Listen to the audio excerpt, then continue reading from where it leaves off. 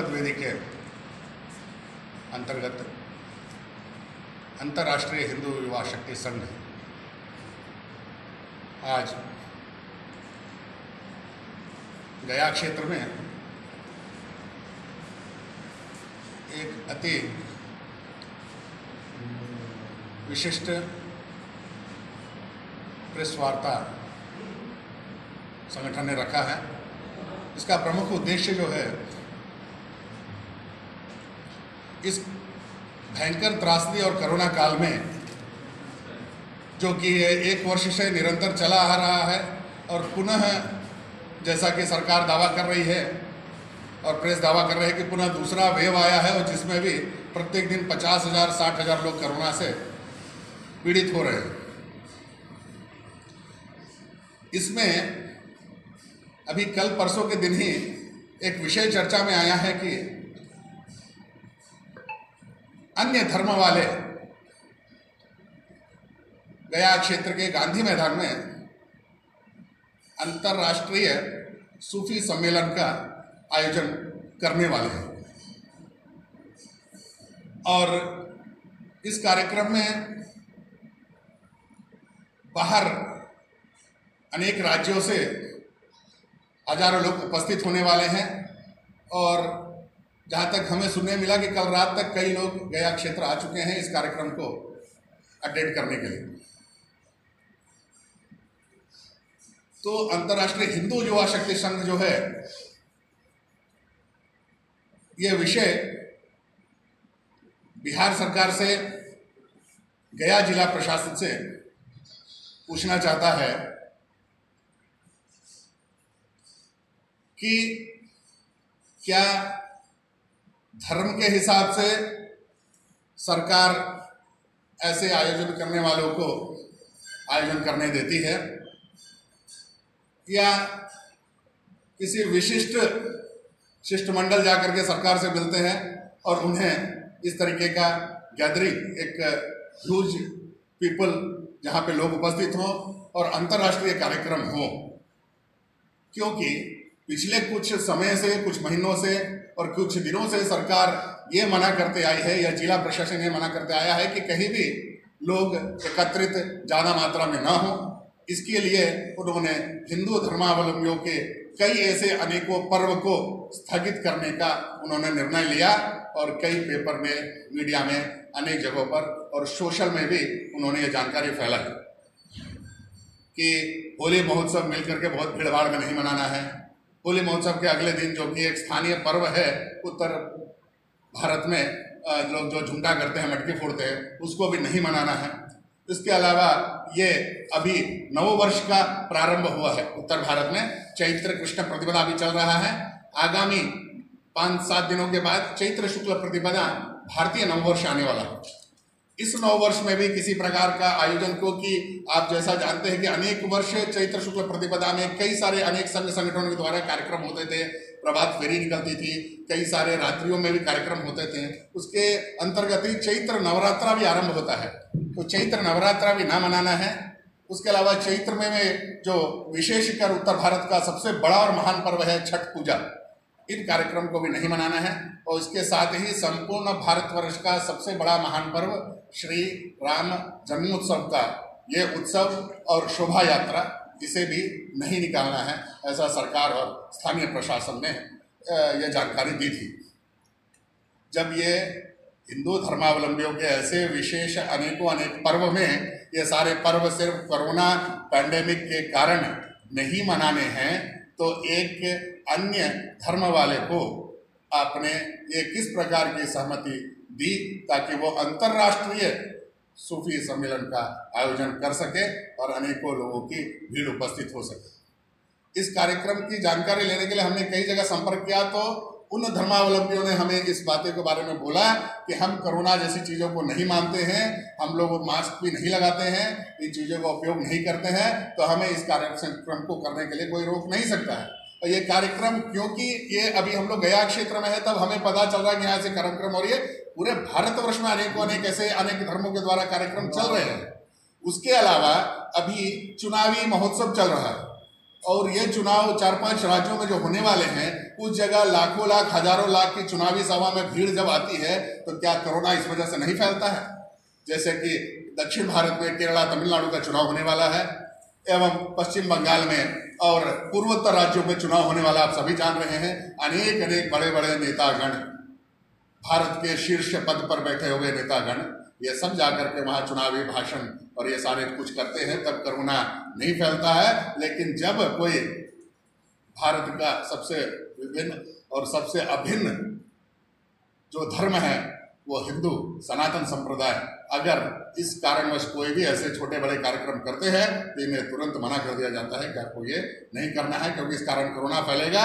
और जब हम इस विषय का बात करने के लिए हम और हमारे संगठन के गोल्डी गायब जी गए थे एसडीओ साहब के पास, तो उन्होंने कहा था हमें कि आप लोग 2-4 महीना रुक जाइए, जब तक कोरोना थमता नहीं जब तक थमता है तब तक आप एक कार्यक्रम नहीं करिए। अगर आप ह्यूज लेवल पे ऐसे कोई भी कार्यक्रम को करते हैं तो हम तुरंत FIR दर्ज करेंगे और गिरफ्तार करवाएंगे। तो हमने इस बात का उनसे ये जानकारी भी ली थी, तो उन्होंने कहा था हम किसी को इस बात की सहमति नहीं दे रहे हैं, ना DM साहब दे रहे हैं, जिलाधिकारी महोदय, और ना SDO साहब दे रहे हैं, अनुमंडल पदाधिकारी। बात यह है कि जो सूफी सम्मेलन हो रहा है और एक तरफ जहां रामनवमी को लेकर आप लोग मनाही किए गई है, इस पर आपका संगठन क्या करेगा? इस विषय पर अंतर्राष्ट्रीय हिंदू युवा शक्ति संघ का आप सभी प्रेस और मीडिया के माध्यम से ये बताना चाह रहे हैं सरकार को और गया जिला प्रशासन को कि अगर ये कार्यक्रम आज के दिन गया गांधी मैदान में अंतर्राष्ट्रीय सूफी सम्मेलन होता है तो हम सभी हिंदू संगठन एकत्रित होंगे एवं हिंदू युवा शक्ति संघ भी आगामी आने वाले अनेक ऐसे धार्मिक पर्व, जिसमें सबसे विशिष्ट चैत्र छठ पूजा और चैत्र नववर्ष प्रतिपदा एवं श्री राम जन्मोत्सव की शोभा यात्रा भी निकालेंगे। और हम इस बात का पूर्णतया ख्याल रखेंगे एवं हमने कई सारे जगह पे इस बात को बोला भी कि हम जो भी कार्यक्रम करते हैं उनमें हम इस कोरोना के गतिविधि पालन करने के लिए इसको संपूर्ण सरकार का जो भी इस पे आज्ञा पालन होगा हम करेंगे, लेकिन कोरोना को पालन करवाते हुए ही हम इस शोभा यात्रा को करेंगे। लेकिन हमें इसकी भी अनुमति प्रदान की जाए। अगर आज ये कार्यक्रम होता है तो फिर अब हमें भविष्य में आगे सरकार से अनुमति मांगने की भी आवश्यकता नहीं पड़ेगी, क्योंकि जब कोई अन्य धर्म वाले ऐसे कार्यक्रम कर सकते हैं तो हमें भी बाध्य हो जाएंगे ऐसे हमारे विशिष्ट कार्यक्रम को करने के लिए। क्योंकि आप सभी को पता है कि पिछले 1 वर्षों से इस तरह के कोई भी विशेष धार्मिक कार्यक्रम को भारत सरकार ने ही रद्द कर दिया था। पूरे देश में देशव्यापी लॉकडाउन का ऐलान था, अभी भी कुछ राज्यों में लॉकडाउन चल रहे हैं, लेकिन कहीं ना कहीं आप देखें तो बिहार कुछ न कुछ मामलों में अन्य राज्यों से बहुत सुरक्षित है। इसमें हमारा गया क्षेत्र तो अत्यंत सुरक्षित है, क्योंकि आप भी सामान्य रूप में देखेंगे कि अनेक राज्यों में लोग जो है 99% मास्क का इस्तेमाल करते हैं, लेकिन अगर आप गया क्षेत्र और बिहार के अन्य शहरों में देखेंगे यहाँ 99% मास्क का इस्तेमाल नहीं होता है, मात्र 1% लोग ही मास्क का इस्तेमाल करते हैं। तो इसी से पता चलता है कि कोरोना कहाँ ज्यादा है या तो कहाँ कम है। फिर भी ये हमारा गया क्षेत्र और खासकर विष्णु पद वेदी के अंतर्गत जितने भी तीर्थ स्थल और जगह है, इस जगह एक भी ऐसे कोरोना के मामले उपस्थित नहीं हुए, सब लोग पूर्णतया सुरक्षित है। और हम चाहेंगे उस सरकार से इस बात के लिए हम ये मांग मीडिया के द्वारा प्रेस वार्ता में हम ये रख रहे हैं कि हमें भी आगामी होने वाले हिंदू धार्मिक कार्यक्रमों के लिए अनुमति मिले।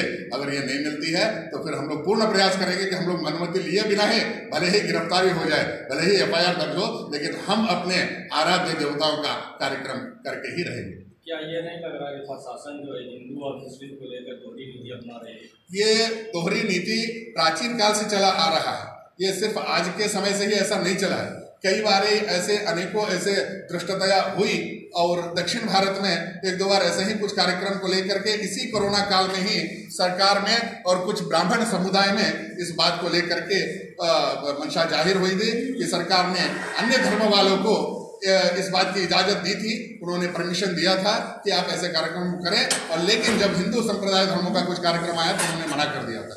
और अभी भी यहाँ देखते हुए यही प्रतीत हो रहा है कि सरकार ये दोहरी नीति कर रही है। एक ऐसे समुदाय को उन्होंने अनुमति दी है जिनके ऐसे पर्व को करना बहुत बड़ा विषय का बात नहीं है, लेकिन ये हिंदू धर्म संप्रदाय के अंतर्गत सबसे बड़ा महापर्व, सबसे बड़ा एक पूजन महोत्सव ये चैत्र शुक्ल नववर्ष एवं आने वाला श्री रामनवमी जन्मोत्सव, इससे बड़ा और कोई भी कार्यक्रम या पर्व हिंदू धर्मावलंबियों के लिए नहीं होता है। इस कार्यक्रम को हमें करना ही है, ये आपसे मैं बता भी रहा हूँ और आपसे ये सरकार से बातें भी पूछना हूँ, क्या ये उचित है कि आप दोहरी नीति करते हुए इस तरीके के कार्यक्रमों की अनुमति किसी को आप देते हैं और किसी को नहीं देते? ये जो वैश्विक महामारी का नाम देकर कोरोना के नाम पर चाहे किसी भी धर्म के हो, इस्लाम के मानने वाले हो, यहूदी को मानने वाले हो, हिंदू को मानने वाले हो, पिछले 1 वर्ष से सभी धार्मिक आयोजनों को बंद करके हमारी सरकार, ऐसा कोई राज्य नहीं बचा, बिहार में भी, बंगाल में भी, पांडुचेरी में भी, तमिलनाडु में भी, हर जगह गहमा गहमी है चुनाव की। आश्चर्य की बात है कि वहाँ पर कोरोना नामक कोई बीमारी नहीं फैल रहा है। पता नहीं, शायद तो नेता लोग भाषण देते होंगे तो मुंह से भगभका के निकलता होगा वहाँ सैनिटाइजर। हम लोग के मुंह से कोरोना का वायरस निकलता है जय श्री राम बोलने से।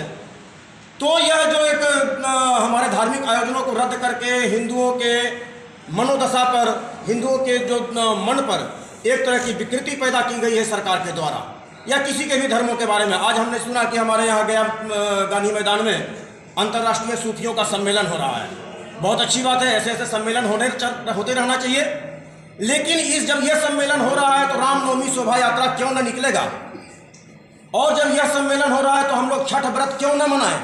पिछले 1 वर्षों से हमने नाली में छठ किया, पानी के टंकी में छठ किया। पिछले वर्षों में न जाने ऐसे ऐसे कितने दृश्य हमारे सामने आए जो कोरोना के नाम पर डराकर धमकाकर हम लोगों को जबरदस्ती अपने धार्मिक क्रियाकांडों से अछूत रखा गया। यह एक बहुत बड़ा इंटरनेशनल स्कैम है। और मैं कहना चाहता हूं कि चाहे कोई भी धर्म वाले हों, उनको अपने धार्मिक आयोजनों का, अपने धार्मिक गतिविधियों को पूरा करने का सबका एक समान अधिकार है।